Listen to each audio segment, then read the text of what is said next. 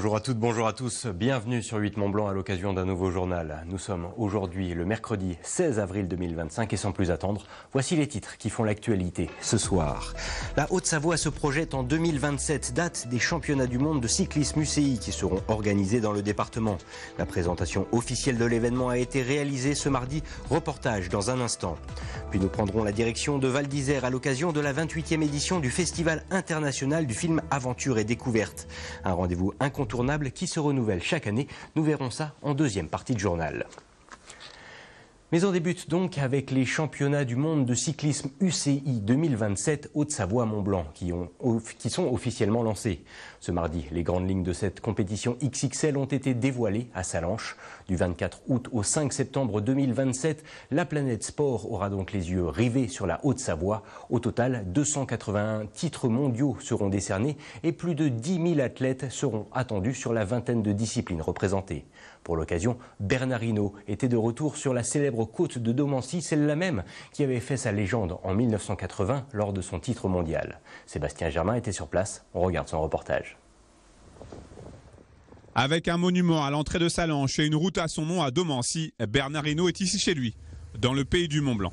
C'est donc tout naturellement que le quintuple vainqueur du Tour de France et champion du monde 1980, ici même, a ouvert la route ce mardi matin pour la reconnaissance sur site de la côte de Domancy, véritable point d'orgue des épreuves sur route des mondiaux de cyclisme 2027. Pour le Breton, ce retour sur les terres de ses exploits est une première depuis 45 ans. C'est pas ça d'il y a 45 ans. Il y a 45 ans, quand tu domines, tu te promènes, là, c'est autre chose. Mais bon, ça fait un peu plaisir. J'ai encore un peu de force, mais j'ai un vélo assistance électrique, donc ça va pas mal. C'est que des bons souvenirs. Le moment où on lâche l'autre et puis qu'on finit, on descend à fond et qu'on passe la ligne en levant les bras. En 2027, la planète sport va donc vibrer au rythme de la Haute-Savoie pendant 2 semaines. Au programme des festivités, 20 disciplines réparties sur 12 sites différents à travers le département. Annecy et son lac, Léger, Évian, Châtel, l'Albanais, le pays du Mont-Blanc ou encore les Aravis. C'est toute la Haute-Savoie ou presque qui sera représentée. On va inscrire la Haute-Savoie comme étant le seul département et les 2 seules communes, Sallanches et Léger, qui auront accueilli 3 championnats du monde dans leur catégorie. C'est unique. Et ça va être la fête du vélo, ça va être le vélo au sommet. Et pour un département qui se veut être une terre de ski et de vélo, une terre d'événements été-hiver, et qui s'inscrit dans l'évolution du changement climatique, c'est un événement qui est absolument extraordinaire. La Haute-Savoie sera également à coup sûr présente sur les routes et sur les pistes, avec bon nombre d'athlètes qui auront à cœur de briller devant leur public et leurs proches. On y pense depuis qu'on a vu la candidature. Après, c'est vrai que c'est loin d'un point de vue purement sportif. C'est difficile de se projeter à plus de 2 ans et demi maintenant. Mais le fait que ce soit en France, c'est sûr que c'est un gros plus. Plus en Savoie, Mont-Blanc, Haute-Savoie. Donc pour moi, c'est vraiment c'est un peu mon département de cœur d'où je suis originaire. Donc forcément, j'ai beaucoup roulé sur ces routes. Donc il y aura un fort attachement, c'est sûr. Ce mardi après-midi, les grandes lignes de la compétition ont été présentées à Sallanches. Et pour le comité d'organisation, la Fédération française de cyclisme et l'Union cycliste internationale, le défi de cette compétition XXL est immense, avec un total de 281 titres mondiaux décernés. Il faut réussir l'organisation. Vous savez, quand vous accueillez autant d'athlètes, on attend 2 millions de spectateurs pour l'ensemble des événements, c'est forcément une grosse pression sur l'UCI, sur le comité d'organisation. C'est quelque part des jeux cyclistes. On a autant de participants qu'aux Jeux Olympiques, on a presque autant de titres de délivrés. Donc oui, c'est un événement XXL, mais qui permet aussi de faire en sorte que toutes nos compétitions ou toutes nos disciplines qui, certes, se déroulent sous l'égide des mêmes fédérations nationales, mais parfois ne se connaissent pas autant que ça les unes les autres, peuvent être vues par tout le monde. Le rendez-vous est pris du 24 août au 5 septembre 2027 pour ces championnats du monde de cyclisme UCI 2027 Haute-Savoie-Mont-Blanc. Les tricolores ont donc encore 2 ans et demi pour être prêts le jour J. Après un premier rendez-vous consacré à la Cité internationale du cinéma d'animation en novembre dernier, c'est au tour du parc paysager du Haras d'Annecy de faire l'objet d'un point d'étape dans le cadre de la réhabilitation du site. Cette visite qui s'est déroulée ce mardi a permis de présenter le réaménagement de ce parc historique datant du 19e siècle. Au programme de la métamorphose, la plantation de plusieurs centaines d'arbres au cœur du jardin de 2,5 hectares avec l'objectif de placer la nature au centre du projet et ainsi de créer un espace de fraîcheur au centre-ville. Toutes les précisions dans ce reportage réalisé par Chloé Lemeur.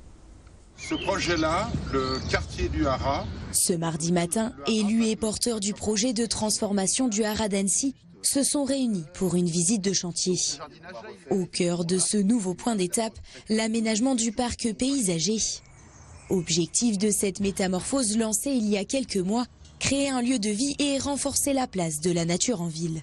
Ce sera à la fois un lieu de promenade, mais ça peut être aussi un lieu de transit, puisqu'on va pouvoir traverser le Haras pour se rendre d'un endroit à un autre.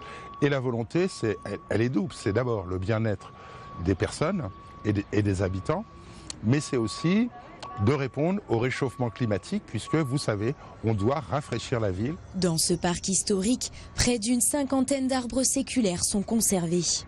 Mais pour créer de véritables îlots de plantation, près de 300 nouveaux végétaux vont voir le jour. C'est des saules, c'est des hêtres, c'est des tilleuls, mais c'est aussi des arbres nourriciers, à travers une collection de figuiers, des pruniers, des cerisiers, des cognaciers, des reines claudes dans les pruniers également. Et donc c'est d'avoir un parc qui présente différents états de nature, donc des grands arbres, c'est l'objet d'un parc, des sous-bois, un sous-bois et des arbres fruitiers. Si la végétalisation est au centre du projet, l'objectif est aussi de créer une déambulation ludique.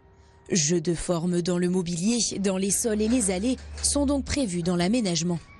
L'eau a elle aussi une place centrale dans cette métamorphose, en apportant du mouvement et une touche de fraîcheur. La place Fontaine qui est une place animée où l'eau arrive, disparaît, avec une place en pente, donc avec une eau qui glisse, avec des résurgences comme des petits geysers, comme des choses justement, une eau qui glougloute, qui fait du bruit, et puis à un moment qui glisse sur les pentes, tout simplement, et qui par endroits, évidemment, et par moments devient une brume, la place Fontaine est couverte de brume, les bâtiments disparaissent, les arbres disparaissent, et puis à un moment la brume s'en va et le paysage ressurgit. Outre le parc, c'est aussi l'aménagement du quartier Courrier qui est repensé, avec là aussi la création d'îlots de fraîcheur rue de la Paix et du Président Favre.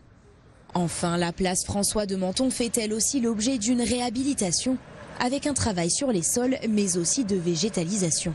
On a commencé les travaux par retrouver un sol, donc c'est-à-dire de supprimer, enfin en tout cas de revenir sur le sol d'origine, de ramener de la terre fertile, de faire des fosses continues. Donc on a fait 2 bandes sur la place de grandes fosses pour pouvoir remettre de la terre végétale, et on a planté des arbres de grands jets, c'est-à-dire l'idée du projet, c'est de faire une canopée, de faire que les frondaisons puissent de nouveau couvrir l'ensemble de la place pour amener une fraîcheur estivale. Plantes vivaces ou encore arbres fruitiers pouvant aller jusqu'à 15 mètres de haut, toutes ces essences devraient contribuer à créer un véritable parcours végétal jusqu'au parc du Haras.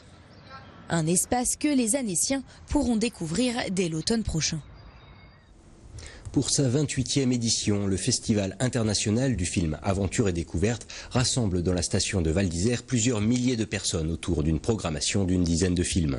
Un incontournable du calendrier qui tient cette année encore toutes ses promesses, réunissant déjà les réalisateurs avec un public avide de découvertes et de belles histoires. Plus de détails avec ce reportage. Des confins de la Mongolie à la rudesse de l'Alaska, en passant par les hautes cimes alpines et les pâturages pyrénéens, l'échantillon de nature et d'histoire proposé cette année encore à Val d'Isère semble sans limite. Une dizaine de productions choisies avec soin par l'équipe du festival qui tente chaque année de renouveler son regard sur le lien entre les hommes et leur environnement. L'humain, on l'aborde sur chaque festival. Aventure et découverte, ça nous paraît être évident. Qu'est-ce que c'est que l'aventure, qu'est-ce que c'est que la découverte? Et remettre l'humain au centre de tout ça, c'est ce qui nous paraît être important depuis des années et des années. Mais on a voulu faire un petit quelque chose sur la spiritualité cette année, mais dans tous les sens du terme également.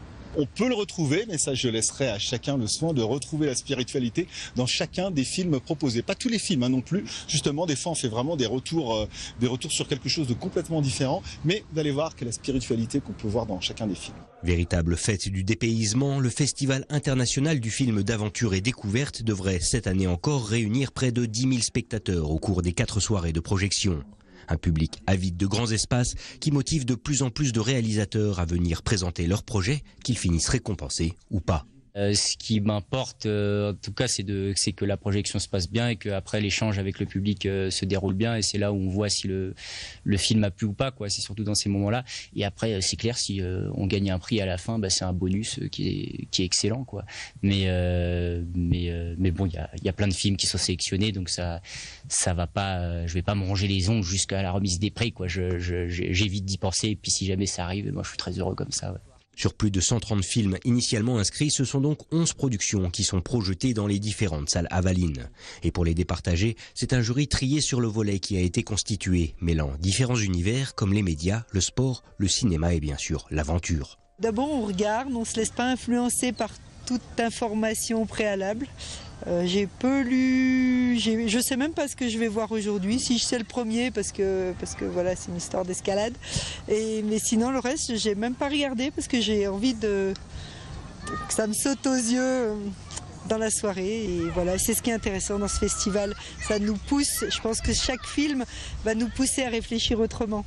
En attendant de connaître les lauréats 2025 qui seront dévoilés lors de la cérémonie de clôture ce jeudi 17 avril, il est encore possible d'assister aux dernières soirées de cette édition, sur place ou gratuitement en streaming depuis le site internet du festival.